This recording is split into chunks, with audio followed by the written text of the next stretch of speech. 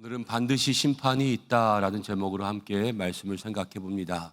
로마서의 앞부분은 이제 예수 그리스도의 종 바울 이렇게 이야기하면서 복음에 대해서 이야기합니다.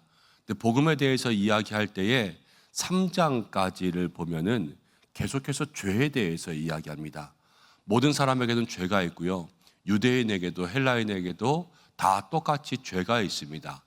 죄가 있는 사람은 오직 예수님을 믿어야지만 구원받고 예수님을 믿지 않고 복음을 가까이 하지 않으면 영원한 심판이 있다라는 것을 바울은 거듭 얘기하고 있습니다. 그럼 복음을 이야기할 때 왜 로마서의 전반부에는 죄에 대해서 이야기할까라는 거예요. 여러분, 우리가 건강이 중요한 거는 압니다. 우리가 다 건강 중요하죠. 기도 제목 이야기하면 다 건강하게 해주세요. 그렇게 이야기합니다. 여러분, 그러나 많은 사람들이, 대부분의 사람들이 평소에 건강 관리하는 것을 열심히 하지 않습니다. 먹고 싶은 거 먹고 자고 싶을 때 자고 운동 열심히 하는 사람 많지 않고요. 그냥 다 되는 대로 살아갈 때가 많죠. 먹으면 눕고 싶고 누우면 자고 싶고 자다 일어나면 소화도 안 되고 살도 찌고 그렇게 살아가다 나중에 병원을 한번 간다고 해보겠습니다. 병원에서 의사가 이야기하는 거예요. 몸을 다 진찰하고 난 다음에 이렇게 살면 큰일 난다고, 지금 몸에 병이 있다고, 살 빼지 않으면 비만 때문에, 이 혈압 때문에, 당뇨 때문에 큰일 난다고, 아니면 혹시 식생활 습관이 잘못되어서 몸속에 큰 병이 있는데 병을 키우고 있다고 의사가 이렇게 경고한다고 해보겠습니다. 그럼 그 사람은 돌아와서 건강관리를 하겠지요. 이제 먹는 것도 조절하고 살도 빼고 운동도 열심히 하고 때로는 처방받은 약도 먹고 그러면서 건강관리할 거 아닙니까? 평소에는 하지 않다가도요, 내 건강이 잘못된다는 것을 깨달아야지만 사람들은 관리를 하고 약을 먹는 거예요. 그와 똑같습니다. 복음도요, 복음이 좋다는 걸 암만 얘기해도요, 나는 문제없다고 생각하는 사람들은요, 복음을 받아들이지 않아요. 복음을 받아들이기 위해서는요, 그렇게 살면 문제 있다라는 걸 얘기해 줘야 돼요. 그렇게 산다는 게 뭐예요? 예수님을 믿지 않고 복음을 받아들이지 않고 살면 그건 문제라는 거예요. 근데 어떤 문제냐? 죽는다는 거예요. 복음을 받아들이지 않고 믿음이 없이 살아가는 건 죽는 거예요. 영원히 죽고요. 죽고 난 이후에도 영원한 심판이 있는 거예요. 끔찍한 것을 이야기해 줄수록 그 복음에 대한 사람들의 마음과 간절함과 절박함들이 생기는 거예요. 그렇기 때문에 바울은요, 이 로마서의 전반부에서 죄의 심각성, 죄의 무서움, 심판에 대해서 이야기합니다. 사람들이 그걸 알아야지 그 다음에 복음에 대한 이 궁금증이 생기고 어떻게 하면 내가 살 수 있을까 구원을 받아들이니까 이 죄에 대해서 계속해서 이야기하는 거예요. 여러분, 우리도 복음, 은혜, 구원 이런 모든 것들을 우리의 마음속에 정말로 뼈저리게 느끼기 위해서는 나를 가만히 돌아보셔야 돼요. 나를 가만히 돌아보면서 내가 세상 가운데 얼마나 죄인이었나, 과연 예수님이 나를 구원할 만한 이유가 있나, 왜 나를 구원하셨을까, 왜 나를 위해서 대신 죽으셨을까, 이것들을 곰곰이 마음 깊이 생각하다 보면은 정말로 나를 구원할 이유가 없잖아요. 먼저 사랑하신 것 이외에는. 우리가 무엇을 잘해서 구원한 것이 아니요, 우리가 하나님 앞에 먼저 무엇인가 예쁨 받을 일을 한 것도 아니요, 그러나 주님께서 우리를 위하여서 그 생명 바쳐서 나를 구원하시고 나를 살리신 그 은혜들을 마음 가운데 생각하면, 아, 내가 얼마나 부족한 사람이었나, 또 우리가 얼마나 죄인이었나, 이것들을 생각할수록 예수님을 가까이 할 수밖에 없다라는 것을 생각하게 되죠. 바울이 이야기하는 것이 그거예요. 이 3장까지의 모든 죄의 모습들 속에서 먼저 우리의 모습을 깨달으라는 거예요. 여러분, 우리를 돌아볼 수 있는 그러한 사람들 되시기를 바랍니다. 우리의 삶 가운데는 그런 말이 있어요. 개구리는요, 올챙이 쪽을 생각하지 못해요. 그리고요, 시어머니는 며느리 쪽을 생각하지 못해요. 사람들이 다 그렇잖아요. 우리가 다 옛날에 어떤 모습들인지 다 잊고 살아요. 그런데 그것들을 기억하는 사람이요, 그 이후의 삶이 달라지는 거예요. 올챙이 쪽을 기억하는 사람은 개구리가 돼서도 달라지는 거고, 며느리 쪽을 기억하고 있는 사람은요, 시어머니가 돼서도 다른 시어머니가 되는 거예요. 신앙생활도 마찬가지입니다. 구원받았다고 해서 다 끝나는 것이 아니라 우리가 얼마나 큰 죄에서 구원받았나라는 것을 생각할 수 있는 사람이요, 구원의 감격으로 사는 거예요. 구원의 감격. 여러분, 처음 구원받았다, 이 구원의 사실이 있지만요, 나중엔 구원의 감격이 돼야 되고요, 이 구원의 감격이요, 나중엔 하나님을 찬양할 수 있는 이유가 돼야 되는 거예요. 믿음의 삶에서 그렇게 살아갈 수 있는 우리 모든 성도들 되시기를 간절히 소망합니다. 바울은 이렇게 이야기하죠. 1절에 그러므로 남을 판단하는 사람아, 누구를 막론하고 내가 핑계하지 못할 것은 남을 판단하는 것으로 내가 너를 정죄하매니 판단하는 내가 같은 일을 행함이라. 남을 판단하는 사람아 라는 것은 내가 쟤보다는 조금 낫지 않은 사람들이에요. 다른 사람에 대해서 아유 저렇게 살면 어떡하나 이렇게 이야기하거나, 저거는 벌 좀 받아야지, 정신 좀 차려봐야지, 혼 좀 나봐야지, 그래 잘됐다, 이렇게 하는 모든 생각들이요, 그 사람은 그럴만하다고 생각하는 거고 나는 그거보다 조금 낫다고 생각하는 거거든요. 그런데 하나님 앞에서는요, 내가 저 사람보다 낫다 그러는 것이 아니라 나도 똑같다라는 것을 깨달을 수 있어야 돼요. 모든 죄를 보면서 죄가 우리가 살인하는 사람은 아니지요. 그렇지만 살인하는 사람들 보면서 우리도요, 우리의 말 한마디가 사람을 죽일 수 있어요. 그렇잖아요. 이 새 치어로요, 사람의 마음을 얼마나 후벼팔 수 있는지 몰라요. 그리고 우리의 말 한마디가요, 사람을 실족하게 합니다. 시험 들게 해요. 그래서 그 말 때문에 교회를 안 나오게 하는 때도 만들 수 있어요. 그럼 살인보다 더 무서운 거예요. 그 사람이 그렇게 해서 영혼의 구원을 잃어버리고 교회의 문을 닫게 된다면 그 얼마나 무서운 일이겠어요. 저는 그런 사람 목회하면서 많이 만나봤습니다. 나이가 70이 되고 80이 돼서 나중에 가서 이런저런 이야기하면서 복음 전도하면 옛날에 다 교회 다녀봤대요. 왜 안 다니냐 그러면, 교회 다니는데 교회에서 이런 사람 저런 사람이 자기를 힘들게 해서 그 다음부터 정내미가 떨어져서 교회를 안 다닌다는 거예요. 교회에서 돈 때문에 사기친 사람도 있었고, 말 때문에 그런 사람도 있었고, 교회에서 뒤에서 수근거리면서 이 말 저 말 없는 말 거짓말하는 사람들도 있었고, 그런 사람들 만나니까 교회가 정이 떨어지는 거예요. 예수님 보고 다녀야 되는 건 맞죠. 그렇지만 주변에 그런 사람들만 있는 교회를 경험하다 보니까 거기서 점점 나의 삶이 멀어진 거예요. 그럼 누구 책임이에요? 내가 믿음이 약한 것도 나의 책임이기도 해요. 책임이 없다고 말할 수는 없어요. 그렇지만 누구라도 하나 실족하게 하는 것이 하나님 앞에서는 얼마나 큰 죄인지 몰라요. 그럼 살인만 죄입니까? 우리도 똑같은 그러한 죄를 범할 때가 얼마나 많은지요. 여러분, 뉴스에 나오는 그렇게 비자금 만들고 뇌물 받고 그런 사람들만 죄입니까? 우리도 누가 꽁돈 주면 좋아하고 그러면서 살아가는 게 다 우리잖아요. 저기 정치하는 사람들만 거짓말합니까? 우리도 거짓말할 때가 많잖아요. 그러면서 우리가 남을 판단할 때 똑같다라는 거예요. 그리고 하나님은 의로우시기 때문에 모든 사람들을 다 판단하시고 또 우리의 삶 가운데 늘 정의와 공평함 가지고 판단해서 2절 말씀 가운데 나오는 것처럼 하나님의 심판은 진리대로 이루어진다라는 것을 바울이 이야기합니다. 그러면서 이러한 일을 행하는 사람아, 그러면서요, 하나님의 심판을 피할 줄로 생각하지 말라. 이게 3절 말씀 아닙니까? 누구든지 하나님의 심판은 피할 수가 없는 거예요. 저도 심판대 앞에 서야 되고 여러분들 모두도 심판대 앞에 서야 됩니다. 우리는 구원받았지요. 천국으로 갈 겁니다.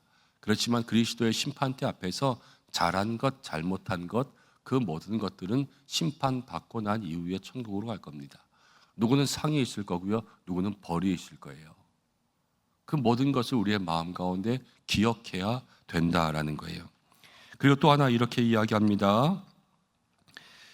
7절 말씀 가운데 보면 참고 선을 행하며 영광과 존귀와 썩지 아니함을 구하는 자에게는 영생을 주신다. 이 땅 가운데 참고 선을 행한 것은 하나님이 영생을 주신다 그랬죠. 여러분, 내가 참는 것, 또 선을 행하는 것, 때로는 아무도 몰라도 하나님은 다 기억하시면서 우리에게 영생을 주신다라는 거예요. 우리는 참으면서 사는 것 같지만 그렇다고 또 많이 참지도 않잖아요. 내가 이러고 있으니까 내가 물로 보이냐? 그러면서 우리 성질 낼 때가 얼마나 많이 있어요. 그러면서 욱하는 마음들. 그렇지만 참고 사는 것이 성도의 삶, 영생을 얻는 삶이 될 수 있다는 거예요. 그리고 8절과 9절 말씀 가운데 보면 모든 악한 일에는 진노가 있다 그랬는데요. 9절 마지막에 이렇게 나와요. 먼저는 유대인에게 있을 것이고 그리고 헬라인에게 있을 것이다. 유대인이라는 것은 먼저 예수님을 만난 사람들을 이야기하죠. 그리고 헬라인이라는 것은 아직은 이방인을 얘기합니다. 그렇죠? 근데 먼저 누가 하나님 앞에 혼나냐면요. 유대인이 먼저 혼나요. 여러분, 우리가 신앙생활 합니다. 신앙생활 하면서 하나님 앞에 잘못한 일이 있다고 해보겠습니다. 무엇인가 회개할 일이 생겼어요. 그리고 세상에는 믿지 않는 사람들이 있습니다. 죄를 많이 지으면서 살아가요. 그런데 나중에 누가 먼저 혼나냐? 우리가 먼저 혼나는 거예요. 믿음의 삶에. 우리에게 영원 구원을 주셨지만 이 구원의 복음에 합당한 삶을 살지 못할 때는 하나님 그 앞에서 우리도 혼나고 혼쭐 나고 천국에 들어가는 거예요. 그렇기 때문에 우리에게 죄가 가볍지 않다라는 것을 마음속에 기억하셔야 돼요. 그리고 12절 말씀 가운데도 율법 없이 범죄한 자, 이 이방인이잖아요. 이방인은 율법 없이 망하고 율법이 있고 범죄한 자, 이 믿음의 삶을 살아가는 사람도요 율법으로 심판을 받는다라는 거예요. 그리고 13절에 중요한 말씀 나옵니다. 하나님 앞에서는 율법을 듣는 자가 의인이 아니요 오직 율법을 행하는 자라야 의롭다 하심을 얻으리니. 요즘의 말로 바꾸어서 우리가 이해하기 쉽게 이야기하면 설교를 듣는 자가 착한 사람이 아니고 설교를 듣고 행하는 사람이 착한 사람이라는 거예요. 여러분, 설교 얼마나 많이 듣습니까? 일주일이면 정말 신앙생활 열심히 하는 사람은 최소 10번의 설교는 들을 거예요. 우리 교회에서 또 여러분 유튜브에서 방송에서 뭐 라디오에서 얼마나 많은 말씀들을 듣습니까? 말씀을 많이 들었다고 해서 의로운 게 아니라는 거예요. 말씀을 듣고 행하는 사람이 정말 하나님 앞에 구원받는 사람이다. 설교 100개 듣고 하나도 행하지 않는 사람과 한 번의 설교를 듣고 그것을 그대로 행하는 사람, 누가 더 복받을 사람이냐? 하나님 앞에서 행함에 있는 사람이라는 거죠. 여러분, 말씀을 마음 가운데 들으면서 또 기억하면서 어떻게 하면 그렇게 살까라는 것들을 날마다 고민하시기를 바랍니다. 그때 하나님의 은혜가 임해요. 저도 그렇지요. 여기서 말씀을 전하면서도 저도 그대로 살아야 되는 거고, 여러분들도 말씀을 들으면서 그대로 살아야 되는 거고. 근데 가만히 생각해 보면 말씀은 많이 들어서 이제는 성경만 읽어도 오늘은 목사님이 무슨 말 하겠구나라는 것도 대충 아는 그 정도의 믿음을 가졌는데 우리는 신앙생활 하면서 행함이 많아지지 않아요. 그것이 하나님 앞에서, 이 로마서 앞에서 반성해야 될 우리들의 모습이라는 거죠. 그리고 15절 말씀 가운데 하나님 이렇게 말씀하십니다. 양심이 증거가 된다 그랬어요. 양심이 증거가 된다.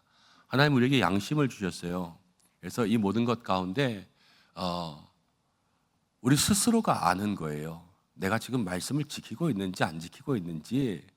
제가 여기서 권사님 말씀 지키지요, 집사님 말씀 안 지키지요, 저한테도 내가 너무 말씀 지키냐 안 지키냐 이렇게 하는 것을 누가 말하지 않아도 스스로 좀 아는 거예요. 한번 생각해 보세요. 아이들 있잖아요. 조그만 아이들, 뭐 2살, 3살이라고 해보겠습니다. 2살, 3살 아이들도요, 엄마한테 자기들이 먹는 까까를 엄마한테 나눠주기 위해서는 이렇게 정말로 자신감 있게 의기양양하게 걸어와서 엄마한테 까까를 딱 내밀어요. 그런데 엄마가 이거 먹지 마 그랬는데 그거 먹고 싶어서 몰래 먹을 때는 애도 눈치 봐요.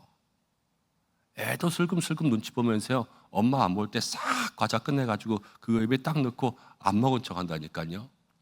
애들이 누가 그걸 가르쳐줘요? 눈치 보는 법을, 몰래 먹는 법을 가르쳐줘요? 그렇지 않잖아요.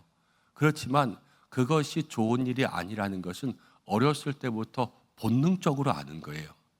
숨 쉬는 것도 본능 아니에요. 젖바는 것도 본능 아니에요. 안 알려줘도 하는 것처럼. 그 살기 위한 거라고요.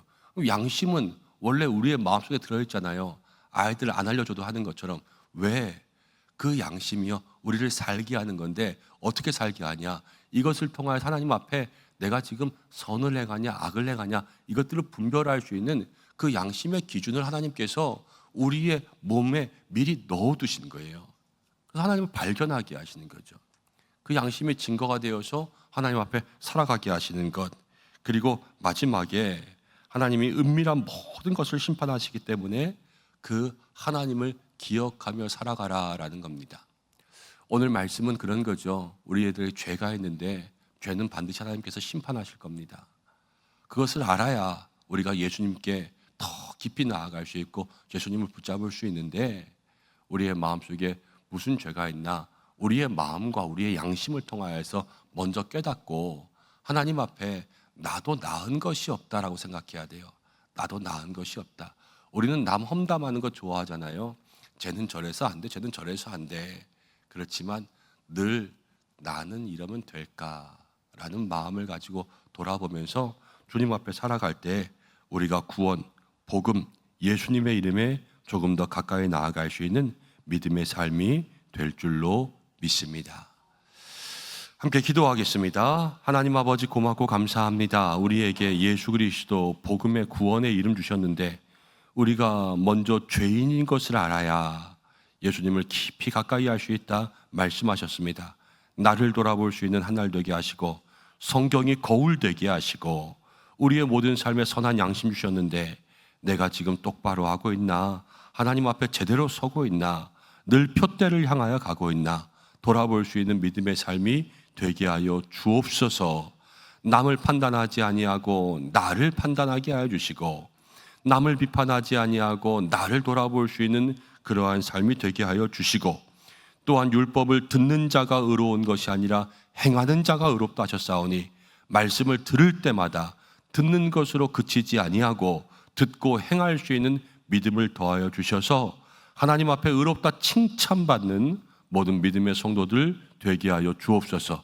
오늘도 간구하며 나아가는 모든 것들이 주의 뜻 가운데 이루어질 수 있는 한 날 되게 하여 주시고 어디에 있든지 무엇을 하든지 성령으로 기름 부어 주셔서 주님 동행하여 주시고 주의 손 붙잡고 살아갈 수 있는 믿음의 한 날 되게 하시고 우리 교회를 모든 성도들의 가정을 일터를 자녀를 건강을 마음을 그 구원의 생명을 주여 지켜 주시옵소서.